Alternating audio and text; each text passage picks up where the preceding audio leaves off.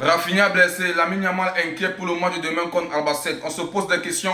Qu'est-ce que le Barcelone va faire à propos de ce match? Alors les gars, restez concentrés à propos de cette vidéo car c'est ce que je vais expliquer ici. Et sans toutefois oublier, on va essayer de guetter au Real de Madrid. Et on essaie un peu aussi de guetter à la Saudi Pro League. Car vous savez très bien, c'est FC Barcelone, Real de Madrid. Mais pour cette fois-ci, on va aussi guetter en Saudi Pro League les gars. Donc restez scotchés et c'est parti. Salut les gars, j'espère que vous allez bien. Moi c'est MC Joli. Si on parle 100% football, tout ce de l'actualité. Si vous êtes nouveau à la page, n'hésitez pas de vous abonner, de partager au maximum car c'est ça qui fait le référencement. Comme Etienne toujours a dit, c'est gratuit. Tu likes, tu partages et tu t'abonnes. Je suis sûr qu'il y a quelqu'un de ton entourage qui peut aimer ce que je fais. Donc du coup, n'hésite pas de partager. En tant qu'un Barcelonais, on doit se donner de la force les gars. On va commencer directement avec le meilleur club au monde qu'on appelle très bien le FC Barcelone. Oui, j'ai pas besoin de le préciser, vous le connaissez très bien. Alors, qu'est-ce qu'on dit ici, famille? Hansi Flick à propos de Lamine Yamal. Je ne peux pas vous dire s'il jouera demain, mais il est en pleine forme. C'est un joueur de très haut niveau et récemment avec Elche, il a réalisé une performance tant en attaque qu'en défense. Alors les gars, là c'est un coin très sensible, mais j'aimerais d'abord vous réveiller sur quelque chose. N'oubliez pas que c'est contre Albacete que nous sommes en train de jouer et c'est la D2. Et si on peut regarder dans le classement, ils sont soit c'est 12e ou bien 18e.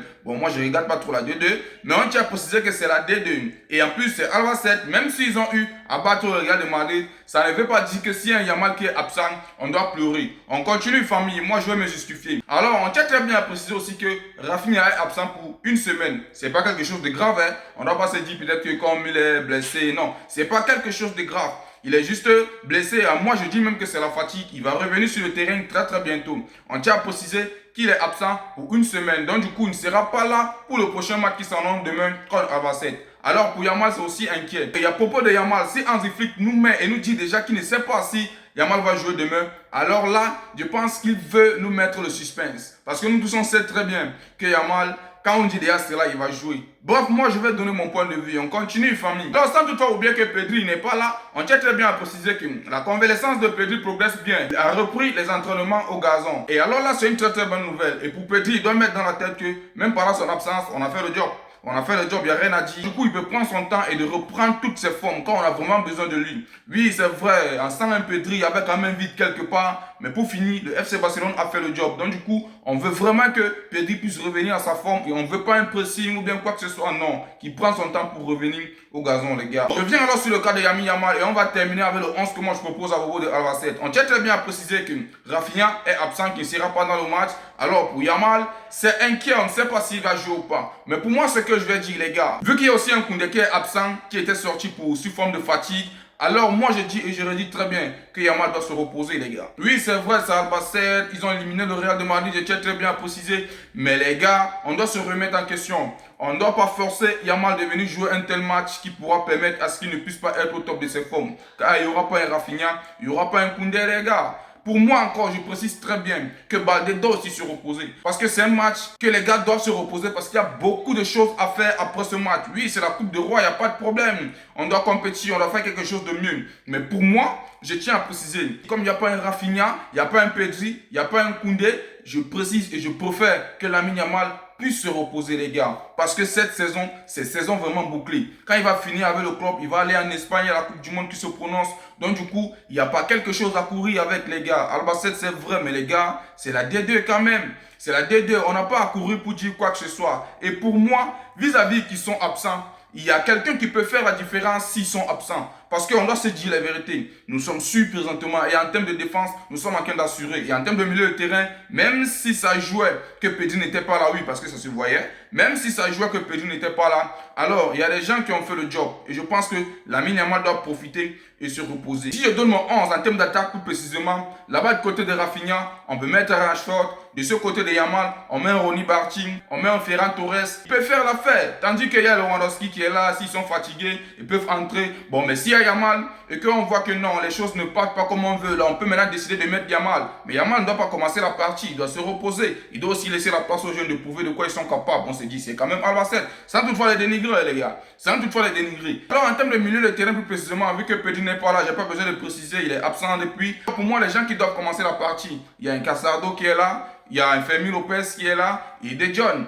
Les gars peuvent vraiment faire la partie. Ils peuvent commencer, c'est tranquille. Ils vont faire quelque chose de mieux. Quand on vient maintenant en termes de défense, alors les gars, vu que Koundé n'est pas là, moi je préfère encore que Baldé ne joue pas. Alors on peut prendre un Gérard Martin, on prend un Araujo et on prend un Eric Garcia, on prend un Kubasi, sachant qu'on a un Juan Garcia sur les goals, les gars. Vis-à-vis de ces classements que moi je suis en train de donner là, je pense qu'on peut faire quelque chose de mieux. Il n'y a rien à dire pour le match qui se prononce demain là. C'est Albacete, les gars. On doit se remettre en question quand même. On ne doit pas faire déployer nos pépites d'arrivée. Non, il n'y a rien à dire, les gars. On va gagner ce match. On va gagner ce match. Et si moi je pars pour donner mon pronostic, quelque chose de grand, peut-être on va les donner 2-0, bien tout ça. Oui, c'est vrai, les gars, il n'y a rien à dire. Hein. On va les donner peut-être 2-0 et puis on continue. Bref, moi, c'est mon point de vue là-bas, les gars. N'hésitez pas à me dire ce que vous en pensez en commentaire. Et surtout, n'oubliez pas de vous abonner. On continue, famille. Hansi tient à préciser, nous sommes dans un grand moment. Pour moi, il est important qu'il y ait un 11 juin qui commence, mais que les 5 qui entrent doivent être à 100%. Alors, comme je tenais à préciser, les gars, je pense que ceux-là sont à 100%, les gars. Le pronostic que je viens de donner là, que ce soit en termes d'avance-centre, milieu de terrain ou bien de défense, ceux-là sont à 11 et ils sont à 100%. Même si on peut me dire qu'en termes de défense, on aura encore peut-être complété avec Conselao. Bref, Hansi Flick va voir ce qu'il peut faire là-bas. Hein. Mais moi, plus précisément, je ne pense pas qu'il peut faire quelque chose de mieux vis-à-vis de ce match. Parce que je tiens à préciser, c'est pas un défenseur, les gars, c'est un ailier. C'est un ailier, pas un défenseur. Pour moi, c'est mon 11 que j'ai donné là-bas. Comme je tiens à préciser, n'hésitez pas à me dire ce que vous en pensez en commentaire. Je vais répondre à tout le monde, les gars. Bref, c'était tout à propos du FC Barcelone. Maintenant, on attend le match de demain pour que je puisse venir faire mon débriefing ici. Alors, direction le Real de Madrid. Vous savez très bien qu'on ne peut pas parler du FC Barcelone sans essayer de parler du Real de Madrid. On dit toujours le voisin, la voisine. On tient très bien à préciser qu'il y a beaucoup de choses qui se passent là-bas, les gars. Vraiment, ça s'écoule de tous les sens avec le match qu'ils ont joué dernièrement avec le Rayo Vallecano. Alors, les gars, ça fait grave polémique là-bas. Mais les gars du Real ne s'arrêtent pas à gueuler, les gars. Pour eux, c'est une victoire méritée. Et écoutez ce qu'Abeloa va dire. Alors, il nous dit quoi, Abeloa? Je ne suis pas Tandaf le blanc. Ça commence mal, là. Abeloa, après la victoire contre Rayo Vallecano, ce que je m'attendais de mes joueurs, c'est ce que j'ai vu. La détermination, l'attitude et la mentalité. Il faut savoir que pour gagner chaque match, la qualité ne suffit pas. Nous avons besoin de l'effort que nous avons vu aujourd'hui. Et de cette sorte de victoire, cela va être constant. Et nous allons travailler sur cette régularité. Nous en avons besoin. Je pense que là, les gars, c'est quelque chose de fou. Les gars se remettent en question quelque part. Donc, ils sont conscients et ils sont contents à propos de ce match qu'ils ont joué, les gars. Ils sont conscients et ils sont contents. Un Kylian Mbappé qui a eu le temps de faire quelque chose en plein match, qui a eu des occasions face au gardien, qui a raté, qui se permet de simuler les fautes et qui vient avoir un penalty. Et on tient très bien à préciser qu'il y a eu 9 minutes de temps additionnel. Il y a eu 9 minutes de temps additionnel. Alors, les gens se posent des questions à savoir que oui, il y avait penalty. Je suis d'accord, hein. Je suis d'accord, le Sénégalais, il a commis une faute sur Brahim Diaz, il y avait un penalty sans problème, il n'y a rien à dire. Mais on doit se dire les vérités, les gars. Est-ce que s'il n'avait pas les 9 minutes de temps additionnel, il devait avoir un penalty? Est-ce qu'il devait avoir un penalty? C'est la première question qu'on doit se poser. Parce qu'il ne faudrait pas qu'on parle comme des cons. Nous sommes tous les amoureux du football. Et chacun aime son club. Et chacun parle ce qu'il voit, les gars. Alors là, les gars, c'est pas sérieux. C'est pas sérieux. La seule personne qui a fait la différence vis-à-vis de ce match, c'est Vinicius seul. À la 15e minute, il a inscrit un but, tout le monde a applaudi. On a vu un Real de Madrid qui venait faire quelque chose de mieux. Et alors là, vu que tout le monde était dans la rue, en dehors de Vinicius en termes de première période, un Mbappé qui était à la rue, un Bellingham, n'en parlons même plus. Quand on peut même regarder les Tchouaméni, c'est à la poubelle, sans toutefois oublier, comment ils s'appellent, les Kamavinga, tous étaient à la poubelle, les gars. Alors là, ça se prouve chaque jour que la Liga est en train de tout faire pour nuire au FC Barcelone. Parce que je tiens toujours à préciser que nous, le FC Barcelone, on se bat toujours avec les moyens de bord pour arriver où on veut. Et tous nos matchs, on gagne dans la dignité. C'est quoi de nous coller un Real de Madrid qui ne mérite pas? Un Mbappé qui est en train de décrocher des trucs de jour en jour alors qu'il ne mérite pas ça. Est-ce qu'il devait marquer? Est-ce que hier, Kylian Mbappé devait marquer, les gars? Il ne devait pas marquer. Il devait sortir néant dans ce match. Alors là, ils ont vu que non. Vu que Mbappé doit rivaliser Yamal ou bien quoi que ce soit, il faudrait directement qu'il marque. Alors nous, les gars, on ne court pas derrière peut-être le ballon d'or. Hein. Nous, on court derrière les trophées. Et on joue nos matchs, on gagne. On gagne, les gars. Le Real de Madrid vis-à-vis de ce match, vous avez abusé avec le vol. Les simulations, là, il ne fallait pas. Vous tombez là, il ne faut pas. Au lieu de jouer sur le terrain, vous foutez un bordel et tu te permets de faire des déclarations bidons comme ça à Abeloa. Vraiment, c'est pitoyable. Vraiment, ça fait honte à propos du football. Ça fait honte. Il ne faut pas nous gâter la Liga, les gars. On veut jouer notre football sain et continuer dans la sérénité. Vraiment, ce que vous faites là, c'est pas bon. Mais n'oubliez pas une chose. Nous, on va toujours supporter le vrai football. Et le vrai football, c'est le FC Barcelone. On continue, famille. Alors, ça continue. Valverde sort aussi, il raconte des blablabla. Je pense que nous avons fait un grand match. Nous devions changer l'image laissée après ce qui s'est passé contre le Benfica. Mais il se trompe, celui-là. Mais il faut dire à Valverde qu'ils ont encore éternué leur image, les gars. Parce que même les fans qui sont arrivés pour les supporter savent que le Real de Madrid n'a pas mérité la victoire qu'ils ont eue là, les gars. Mais on vous sifflait, on les sifflait à ce qu'ils ne comprenaient pas. On les sifflait de malade. Peut-être qu'on les sifflait tellement, ça ne les dit plus rien, les gars ne regardent même plus. On les sifflait, les supporters les sifflaient de malade. Et c'était où? Chez eux, au Santiago Bernabéu. Un petit club comme ça vient vous faire de la merde. Un club qui essaie de s'en sortir, de venir faire la différence, vous ne voulez pas qu'il s'en sorte. Je pleure pour les petits clubs comme ça, parce que quand on peut regarder, ils sont 17e en termes de Liga. Aujourd'hui, ils viennent discuter un match avec le Real de Madrid, sachant qu'ils doivent gagner. Alors, ils viennent de sortir un match comme ça. Ils viennent de sortir un match comme ça. Ils ont tout gâté à la dernière minute. Tous les supporters qui sont dignes du football, qui savent vraiment que le Real de Madrid a mal joué ce match et qui ne méritait pas la victoire, les gars, ça se voit sur les réseaux. Ça se voit sur les réseaux. Tous les fans du Real de Madrid, vraiment, qui savent que c'est la vérité, ils n'ont pas tardé de parler. Le juste l'a dit. Le juste l'a dit, les gars. Donc, du coup, il sait sur quoi il se base à raconter les bobards comme ça, les gars. Et à un certain moment, ça ne m'étonne pas. Vous savez le pourquoi? Ça a été toujours comme ça avec le Real de Madrid. Ils sont toujours privilégiés. Ils sont toujours privilégiés. Je ne sais pas ce que le FC Barcelone leur a fait, les gars. Alors, ils doivent se remettre en question et dire qu'on va dire non à un certain moment. On ne veut pas ça en Liga, les gars. On continue, famille. Alors, les Marocains ne veulent pas laisser Ibrahim Diaz en paix. Non, ils ne veulent pas lâcher Ibrahim Diaz même une seule minute, les gars. Et tout ça s'est passé en Cannes là-bas. Ça vient encore retrouver avec des tensions ici en Espagne, les gars. Qu'est-ce qu'on nous dit ici, famille?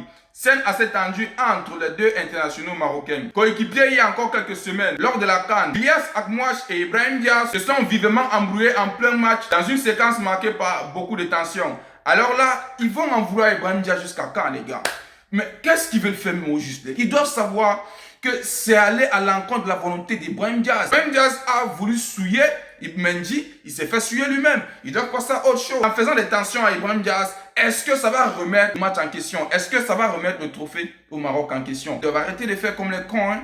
Ils ne sont pas des cons, ils sont des professionnels. Nous, on sait très bien qu'on passe à autre chose. La CAN est finie, ça fait déjà depuis un bon moment. On a laissé tomber, même s'il y a des blablabla. Nous, on se concentre maintenant ici, les gars. On se concentre maintenant sur ce que le FC Barcelone est en train de faire. Et de la merde que le Real de Madrid est en train de faire.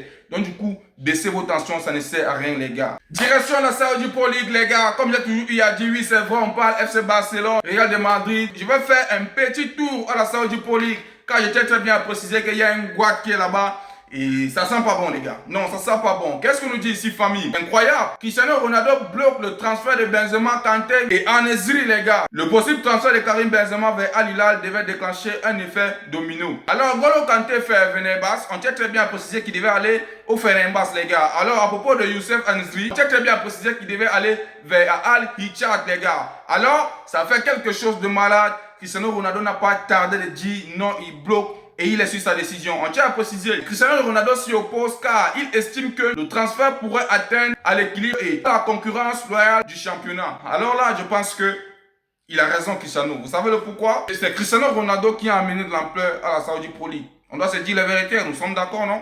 Même si les gars doivent jeter la pierre en disant que Cristiano Ronaldo dit ceci, dit cela, on doit d'abord se remettre en question, savoir que c'est Cristiano Ronaldo qui apporte de l'ampleur là-bas. Donc du coup, il sait ce qu'il veut et il sait ce qu'il dit. Oui, c'est vrai, vous allez dire qu'il n'est pas un directeur sportif, c'est pas lui de décider des trucs par là. Mais les gars, on doit se remettre en question. En tant qu'un leader qui veut vraiment l'évolution du championnat, tous les leaders ne doivent pas partir. Il est inadmissible qu'un Benzema part, un N'Golo Kanté part, mais le championnat sera plus sucré. Il y aura plus de l'attaque. On va encore parler de qui là-bas. Oui, c'est vrai, vous allez me dire là-bas, El Nasser, il y a les Coman, il y a les Mané, il y a les Si, il y a les Ça, il y a Cristiano. Mais les gars, c'est un seul côté. Il faudrait que ça soit mélangé pour qu'il puisse avoir de l'ampleur. Donc du coup, je soutiens Cristiano Ronaldo sur ce côté-là. Je tiens très bien à préciser, je suis anti-Cristiano, je suis 100% Messi. Mais quand c'est bon, il faut dire c'est bon. Si c'est seulement cet effet-là, je suis d'accord. Mais s'il y a autre chose, ben moi je m'en bats les reins. Hein. Je suis pas d'accord. Mais si c'est sur ça, je suis vachement d'accord, les gars. Alors là, il n'y aura plus de l'influence à la Saudi Pro League. Si tous ces gens-là partent, il n'y aura que Cristiano Ronaldo seul et Mané. Alors, ils seront un seul côté et de l'autre côté, ils vont compétir avec qui, les gars? Eux, ils ont déjà tout prouvé en Europe. Un comme N'Golo Kanté, il est en train de rentrer en Europe alors qu'il a tout prouvé là-bas. Il rentre encore pour faire quoi là-bas, les gars? Il veut se reposer pour la Coupe du Monde. N'essayez même pas de voir où Cristiano Ronaldo est en train de voir. Vous n'avez même pas la vision de Cristiano Ronaldo. Il a une vision très lointaine et il sait sur quoi il se base, les gars. Ça n'a pas tardé, vu que Cristiano Ronaldo est dans tous ses états, les gars. On tient très bien à préciser. Officiel, Cristiano Ronaldo n'est pas dans le groupe pour le match d'Al Nassr face à Al Riyad, les gars. Alors les gars, ils refusent de jouer. Il refuse de jouer, il se remet sur ses bases, il dit qu'il ne joue pas. Mais alors, il y a quelque chose de malade qui se passe. Cristiano a refusé de jouer. Pour l'autre là, moi il disait que, mais qu'est-ce qu'il fout? Qu'est-ce qu'il fout s'il refuse de jouer? Et j'ai encore précisé en disant, dans mon cœur, que si Cristiano jouait ce match, justement, les gars devaient perdre ce match. Et ça n'a pas tardé, les gars. Ça n'a pas tardé, je tiens plus à préciser. Sadio Mané offre la victoire à El Nasser face à Al Riyad, les gars. Alors, l'attaquant sénégalais a inscrit l'unique but de la Racon et permet à El Nasser de prendre provisoirement la tête de la Saudi Pro League. Je vous assure, les gars, si Cristiano Ronaldo jouait ce match, El Nasser devait perdre. Je vous jure, s'il jouait ce match, El Nasser devait perdre. Mais chance qu'il n'a pas joué, ils ont gagné. Au cas contraire, n'hésitez pas à me dire ce que vous en pensez en commentaire. Et c'était tout pour de cette vidéo, les gars. J'espère que vous avez aimé. N'oubliez pas de vous abonner, de partager au maximum, car c'est ça qui fait le référencement. Comme je tiens toujours à dire, c'est gratuit. Tu likes, tu partages et tu t'abonnes. Je suis sûr qu'il y a quelqu'un de ton entourage qui peut aimer ce que je fais. Donc du coup, n'hésite pas à partager. Et on se dit à plus pour une nouvelle vidéo. Ciao, ciao. Ciao.